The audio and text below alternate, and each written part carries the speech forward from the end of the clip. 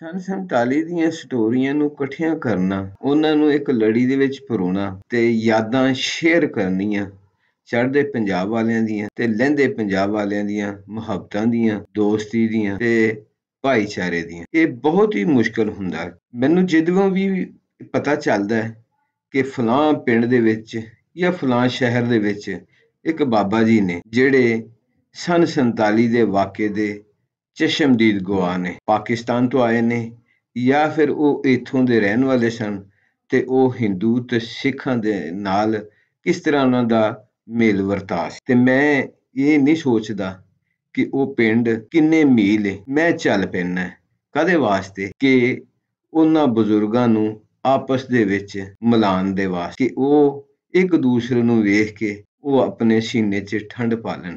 ਕਈ ਦਫਾ ਇਸ ਤਰ੍ਹਾਂ ਵੀ ਹੁੰਦਾ ਹੈ ਕਿ ਮੈਂ 20, 30 ਤੇ 40 ਮੀਲ ਤੱਕ, 50 ਮੀਲ ਤੱਕ ਸਫ਼ਰ ਜਿਸ ਟਾਈਮ ਕਰਨਾ ਤੇ ਪਤਾ ਚੱਲਦਾ ਕਿ ਉਹ ਬਾਬਾ ਜੀ ਜਾਂ ਤੇ ਬਿਮਾਰ ਨੇ ਜਾਂ ਇਸ ਕਾਬਲ ਨਹੀਂ ਕਿ ਉਹ ਗੱਲਬਾਤ ਕਰ ਸਕਣ, ਜਾਂ ਫਿਰ ਉਹ ਇਹ ਦੁਨੀਆ ਤੋਂ ਚਲੇ ਗਏ ਨੇ, ਜਾਂ ਉਹ ਗੱਲ ਕਰਨਾ ਮੁਨਾਸਿਬ ਹੀ ਨਹੀਂ ਸਮਝਦੇ, ਦੁੱਖਾਂ ਦੇ ਭਰੇ ਹੋਏ ਨੇ। ਤੇ ਹੁਣ ਮੈਂ ਜਿਹੜੇ ਪਿੰਡ ਤੁਹਾਨੂੰ ਲੈ ਕੇ ਚੱਲਣਾ, ਇਹਦਾ ਨਾਂ ਹੈ ਗੁੱਲੋ ਕੀ, ਤਹਿਸੀਲ ਇਹਦੀ ਹੈ ਕਾਮੋ ਕੀ ਤੇ ਜ਼ਿਲ੍ਹਾ ਇਹਦਾ ਗੁਜਰਾਂਵਾਲਾ ਤੇ ਥਾਣਾ ਇਹਦਾ ਹੈ ਵਾਂਡੋ।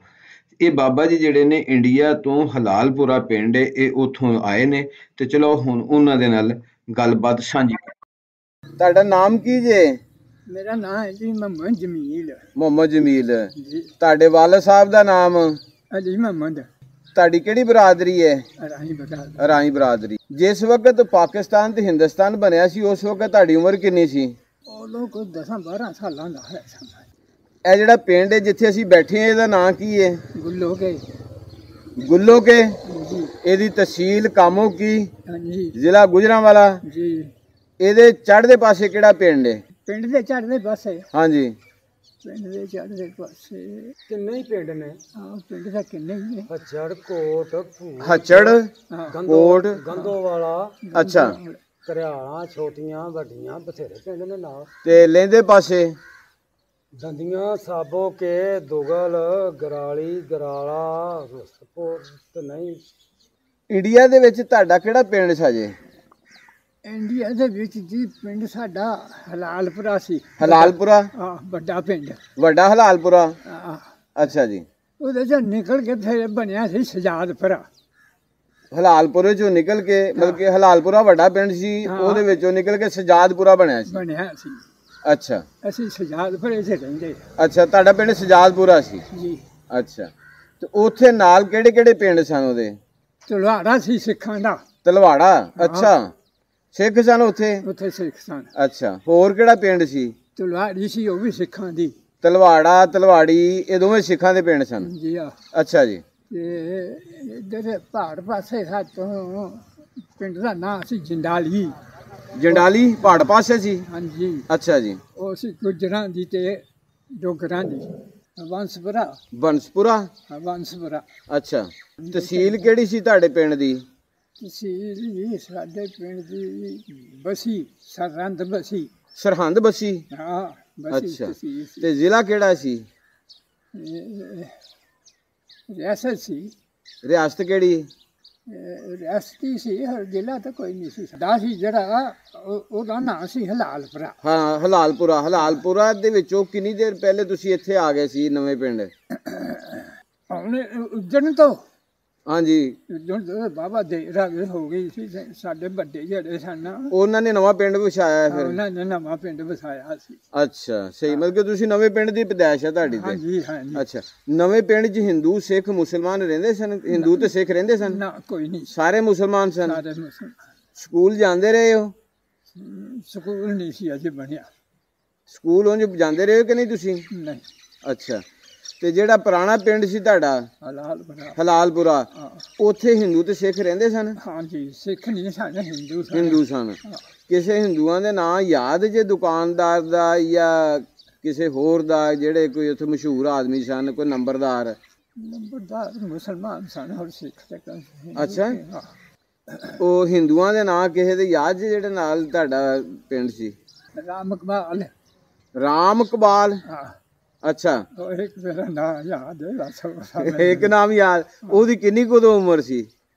ਉਦੋਂ ਚੰਗੀ ਬੜੀ ਉਮਰ ਸੀ ਉਹਦੀ ਤੇ। ਵੱਡਾ ਸੀ ਤੁਹਾਡੇ ਨਾਲੋਂ? ਸਾਡੇ ਨਾਲ ਚੋਖ ਢੇਰ ਵੱਡਾ ਸੀ। ਉਹ ਕੀ ਕੰਮ ਕਰਦਾ ਸੀ? ਉਹ ਦੁਕਾਨ ਮਾੜੀ ਜੀ ਕਰਦਾ ਸੀ ਕਰਿਆਨੇ ਦੀ? ਨਾ। ਅੱਛਾ, ਜਿਹੜਾ ਨਵਾਂ ਪਿੰਡ ਤੁਹਾਡਾ ਸੀ ਉਹਦਾ ਕੀ ਰੱਖਿਆ ਸੀ ਨਾਂ ਤੁਸੀਂ? ਵੱਡੇ ਪਿੰਡ ਦਾ ਨਾਂ ਹਲਾਲਪੁਰਾ ਸੀ। ਆਹੋ, ਉਹ ਹਲਾਲਪੁਰੇ ਚ ਵਿੱਚੋਂ ਨਿਕਲ ਕੇ ਬਣਿਆ ਸਜਾਦਪੁਰਾ। ਹਲਾਲਪੁਰੇ ਦੇ ਵਿੱਚ ਉਹ ਖੱਤਰੀ ਦਾ ਇੱਕੋ ਦਾ ਨਾਂ ਯਾਦ ਹੈ ਤੁਹਾਨੂੰ ਸਿਰਫ? ਆਹੋ ਖੱਤਰੀ ਦਾ ਇੱਕੋ ਹੀ ਨਾਂ। ਖੱਤਰੀਆਂ ਚ ਵਾਹਵਾ ਰਹਿੰਦੇ ਸਨ? ਆਹ ਖੱਤਰੀ ਥੋੜੇ ਹੀ ਘਰ ਸਨ ਖੱਤਰੀਆਂ ਦੇ। ਅੱਛਾ, ਇੱਕ ਬਹੁ ਖੱਤਰੀ ਹੁੰਦਾ ਸੀ। ਇੱਕ ਬਹੁ ਖੱਤਰੀ ਸੀ। ਅੱਛਾ, ਉਹ ਕੀ ਕਰਦਾ ਸੀ? ਉਹ ਦੁਕਾਨ ਕਰਦਾ ਸੀ। ਉਹ ਵੀ ਦੁਕਾਨ ਕਰਦਾ ਸੀ? ਬਾਬਾ ਸੌਖਾ ਬੰਦਾ ਸੀ। ਅੱਛਾ, ਹਾਂ, ਤੇ ਬਾਬਾ ਦੁਕਾਨਾਂ ਉਹਦੀਆਂ ਦੋ ਤਿੰਨ ਸਨ। ਉਹਦੀਆਂ ਦੋ ਤਿੰਨ ਦੁਕਾਨਾਂ ਸੀ। ਸਜਾਦਪੁਰੇ ਦੇ ਵਿੱਚ ਕਿੰਨੇ ਕੁ ਘਰ ਸਨ? ਉਹ ਸਾਰਾ ਹੀ ਮੁਸਲਮਾਨਾਂ ਦਾ। ਨਹੀਂ, ਕਿੰਨੇ ਕੁ ਘਰ ਸਨ ਅੰਦਾਜ਼ੇ ਨਾਲ? ਉਹ ਅੰਦਾਜ਼ੇ ਨਾਲ ਉਹ ਕੋਈ ਘਰ ਥੋੜੇ ਹੀ ਸਨ, 25 ਕੁ ਘਰ ਸਨ। 25 30? ਸਾਰੇ ਘਰ ਰਾਈਆਂ ਦੇ ਸਨ? ਸਾਰੇ ਘਰ ਆਈ ਹਨ।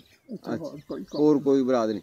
ਤੇ ਜਿਹੜਾ ਹਲਾਲਪੁਰਾ ਸੀ ਉਹਦੇ ਚ ਮਤਲਬ ਚਮਿਆਰ ਹੁੰਦੇ ਸਨ ਸਾਡੇ। ਅੱਛਾ, ਚਮਿਆਰ ਜਿਵੇਂ ਇੱਥੇ ਸਾਈ ਨੇ ਨਾ। ਹਾਂ ਹਾਂ ਹਾਂ। ਅੱਛਾ, ਉਹ ਚਮਿਆਰ ਹੁੰਦੇ। ਚਮਿਆਰਾਂ ਦੇ ਨਾਮ ਯਾਦ ਹੈ ਕਿਸੇ ਦਾ? ਨਹੀਂ। ਅੱਛਾ, ਇੱਥੇ ਸਜਾਦਪੁਰੇ ਤੁਹਾਡਾ ਘਰ ਕਿੱਥੇ ਕਰਕੇ ਸੀ?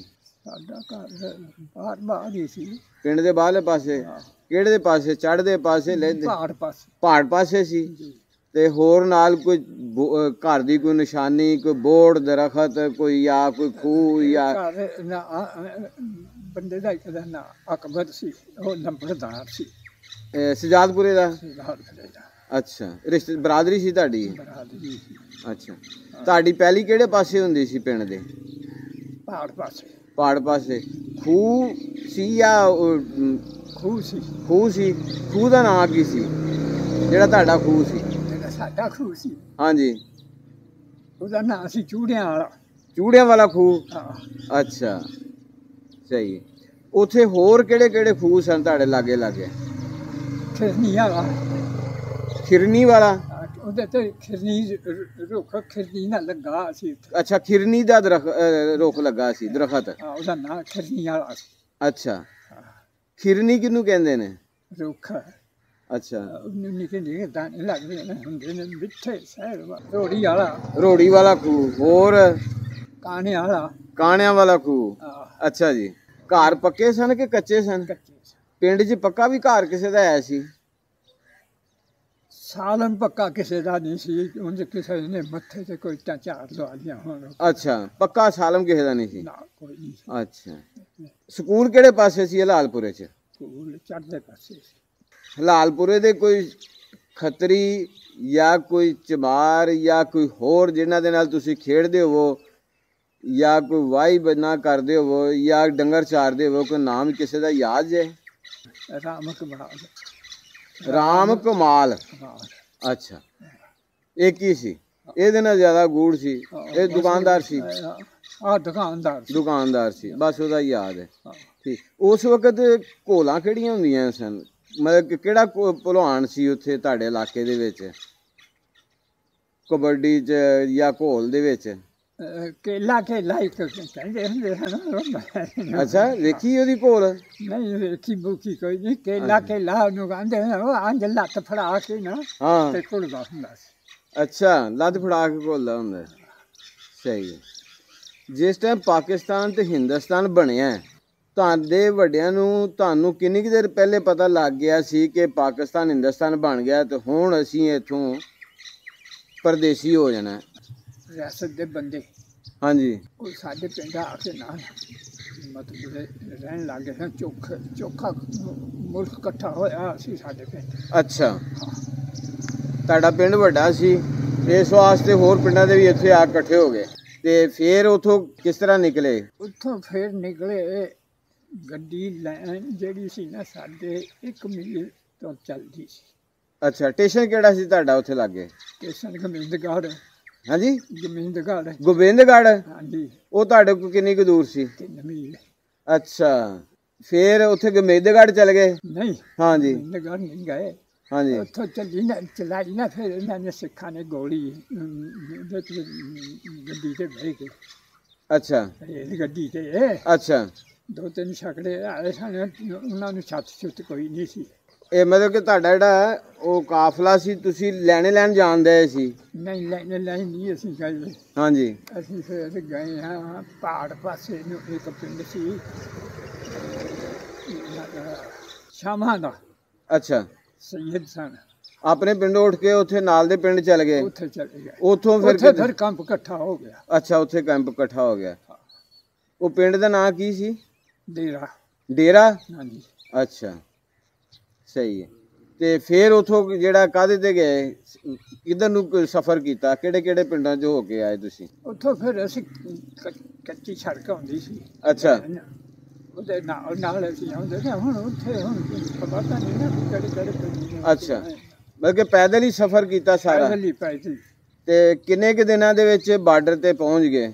ਮੇਰਾ ਖਿਆਲ 4-5 ਦਿਨਾਂ 4-5 ਦਿਨ ਵੀ ਰਾਤ ਸਫ਼ਰ ਕਰਦੇ ਰਹੇ। ਤੁਹਾਡੇ ਕਾਫਲੇ ਤੇ ਕਿਸੇ ਨੇ ਹਮਲਾ ਤੇ ਨਹੀਂ ਕੀਤਾ? ਨਾ। ਤੁਹਾਡੇ ਪਿੰਡ ਦਾ ਨਾਲ ਮਿਲਟਰੀ ਸੀ। ਅੱਛਾ, ਮਿਲਟਰੀ ਸੀ। ਆਪਣੀ ਖੁਸ਼ੀ ਦੇ ਨਾਲ ਤਾਂ ਨਹੀਂ ਕੋਈ ਉੱਥੇ ਜੀ ਰਹਿ ਗਿਆ ਸੀ ਉਦੋਂ? ਅੱਛਾ, ਠੀਕ ਹੈ। ਤੇ ਜਿਸ ਟਾਈਮ ਤੁਸੀਂ ਬਾਰਡਰ ਪਾਰ ਕੀਤਾ ਤੇ ਕਿਹੜੀ ਜਗ੍ਹਾ ਤੋਂ ਕੀਤਾ? ਪਾਕਿਸਤਾਨ ਦੀ ਸਰਹੱਦ 'ਚ ਦਾਖਲ ਹੋਏ ਤੇ ਕਿਹੜੇ ਰਸਤੇ ਤੋਂ? ਕਸੂਰ ਤੋਂ। ਕਸੂਰ ਉਧਰ ਲਾਗੇ ਪੈਂਦਾ ਸੀ ਤੁਹਾਨੂੰ? ਨਹੀਂ, ਲਾਗੇ ਸਾਨੂੰ ਤਾਂ ਨਹੀਂ ਸੀ ਲਾਗੇ ਪੈਂਦਾ, ਪਰ ਪਿੱਛੋਂ ਤੁਰ ਕੇ ਆਇਆ ਸਾਨਾ। ਅੱਛਾ, ਰਾਹ ਕਸੂਰ ਦਾ ਸੀ ਉਦੋਂ ਸਾਨੂੰ। ਅੱਛਾ, ਕਸੂਰ ਦਾ ਰਸਤਾ ਲੱਗਦਾ ਸੀ। ਸਹੀ ਹੈ, ਪਾਰ ਕੀਤਾ ਸੀ। ਠੀਕ ਹੈ। ਜਿੱਥੇ ਜਿੱਥੇ ਮਿੰਟਰੀ ਨੇ ਜਿੱਧਰ ਨੂੰ ਲਿਜਾਣਾ ਸੀ, ਉਹ ਤਾਂ ਮੇਰੇ ਮਿੰਟਰੀ ਨੇ ਲਿਜਾਣਾ ਸੀ ਸਾਨੂੰ। ਸਹੀ ਹੈ, ਮਿੰਟਰੀ ਸਾਡੇ ਨਾਲ ਸੀ। ਬਿਲਕੁਲ ਸਹੀ ਹੈ। ਫਿਰ ਤੁਸੀਂ ਕਸੂਰ ਆ ਗਏ ਚੌਥੇ ਪੰਜਵੇਂ ਦਿਨ? ਤੇ ਫਿਰ ਕਿੱਧਰ ਨੂੰ ਗਏ? ਫਿਰ ਅਸੀਂ ਆਏ ਲਾਹੌਰ। ਅੱਛਾ। ਤੇ ਲਾਹੌਰੋਂ ਬਾਹਰ ਫਿਰ ਪਰਾਂ ਇੱਕ ਸਟੇਸ਼ਨ ਸੀ ਛੋਟਾ ਜਿਹਾ, ਉੱਥੇ ਫਿਰ ਬਾਬਾ ਦਿਨ ਬੈਠੇ ਰਹੇ ਹਾਂ। ਅੱਛਾ। ਫਿਰ ਉੱਥੋਂ ਫਿਰ ਸਾਨੂੰ ਆਰਡਰ ਹੋ ਗਿਆ ਵੀ ਤੁਸੀਂ ਵਾਂਢੋ ਚਲੇ ਜਾਓ। ਅੱਛਾ, ਵਾਂਢੋ ਚਲੇ ਜਾਓ। ਜਿਹੜੇ ਦੋਸਤ ਮੇਰੀ ਵੀਡੀਓ ਦੇਖ ਰਹੇ ਨੇ, ਉਹਨਾਂ ਅੱਗੇ ਇਲਤਮਾਸ ਹੈ, ਬਾਬਾ ਜੀ ਨੂੰ ਜ਼ਰਾ ਉਹਨਾਂ ਦਾ ਪਿੰਡ ਦਿਖਾ ਦਿਓ ਤੇ ਨਾਲੇ ਮੇਰੇ ਚੈਨਲ ਨੂੰ ਸਬਸਕ੍ਰਾਈਬ ਕਰ ਦਿਓ ਤੇ ਬੈਲ ਆਈਕਨ ਨੂੰ ਪ੍ਰੈਸ ਕਰ ਦਿਓ ਤਾਂ ਕਿ ਮੇਰੀ ਆਉਣ ਵਾਲੀ ਨਵੀਂ ਵੀਡੀਓ ਜਿਹੜੀ ਹੈ ਉਹ ਤੁਸੀਂ ਵੇਖ ਸਕੋ। ਤੇ ਕਮੈਂਟਸ ਲਾਜ਼ਮੀ ਦੇ ਦਿਆ ਕਰੋ, ਹੋ ਸਕੇ ਤੇ ਸ਼ੇਅਰ ਵੀ ਕਰ ਦਿਆ ਕਰੋ ਤਾਂ ਕਿ ਦੂਸਰੇ ਲੋਕਾਂ ਨੂੰ ਵੀ ਬਾਬਾ ਜੀ ਦੇ ਤਾਸਰਾਤ ਦੇ ਬਾਰੇ ਪਤਾ ਚੱਲ ਸਕੇ।